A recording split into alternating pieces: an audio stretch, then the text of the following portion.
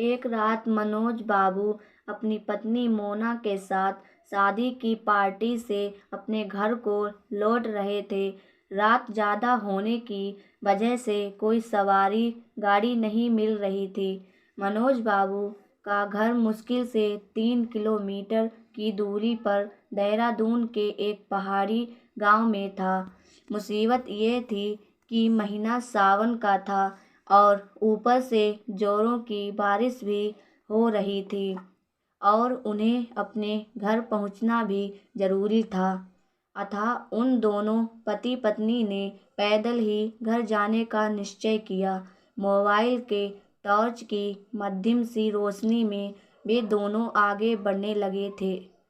वे अभी आधी दूर ही गए थे कि जोर से बिजली चमकी और बिजली की रोशनी में एक औरत का साया दिखा जो ठीक उनके सामने खड़ी थी।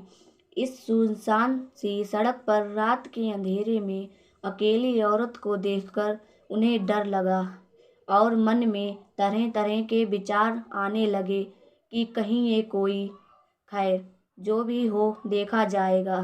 ऐसा सोचते हुए उन दोनों ने अपने कदम आगे बढ़ा दिए, लेकिन बिजली अब बार बार लगातार चमकने लगी थी और उस बिजली की चमक में वो औरत दूर से ही साफ साफ दिख रही थी।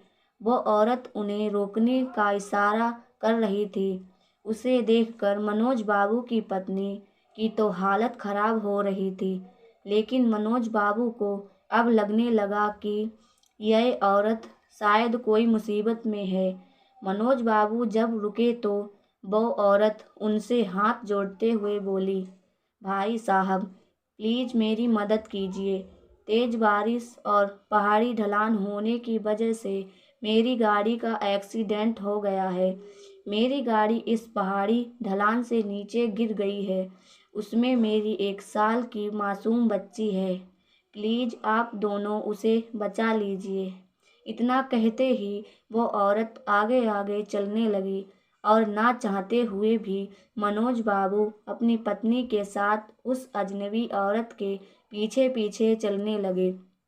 लेकिन एक अनजाने भय से उन दोनों का दिल जोर जोर से धड़क भी रहा था।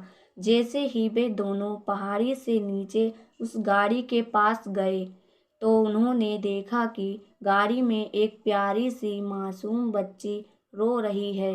मनोज बाबू ने बच्ची को गाड़ी से निकाला तो पाया कि बच्ची बिल्कुल ठीक है। मनोज बाबू ने उस बच्ची को अपनी पत्नी की गोद में दे दिया। फिर मनोज बाबू को लगा कि ड्राइवर की सीट पर भी कोई है।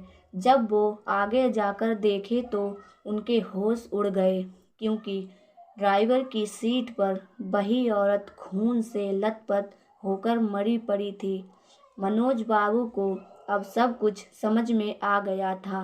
वे दोनों पति पत्नी बच्ची को अपने गोद में लेकर अपने घर की तरफ आगे बढ़ गए। रास्ते में उनकी पत्नी ने उनसे पूछा, वो औरत कौन थी? फिर वो औरत दिखाई क्यों नहीं दी? कहीं वो कोई?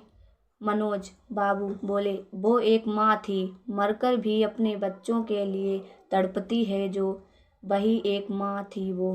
मनोज बाबू की यह कहानी सुनकर मेरी आंखों में आंसू निकल गए हैं। दोस्तों, अगर कोई मुसीबत में हो तो उसकी ज़रूर सहायता करें। क्या पता हमारी एक छोटी सी कोशिश किसी की ज़िंदगी में बहार ला दे। ये छोटी कहानी हर एक माँ की ममता को समर्पित है। Thank you.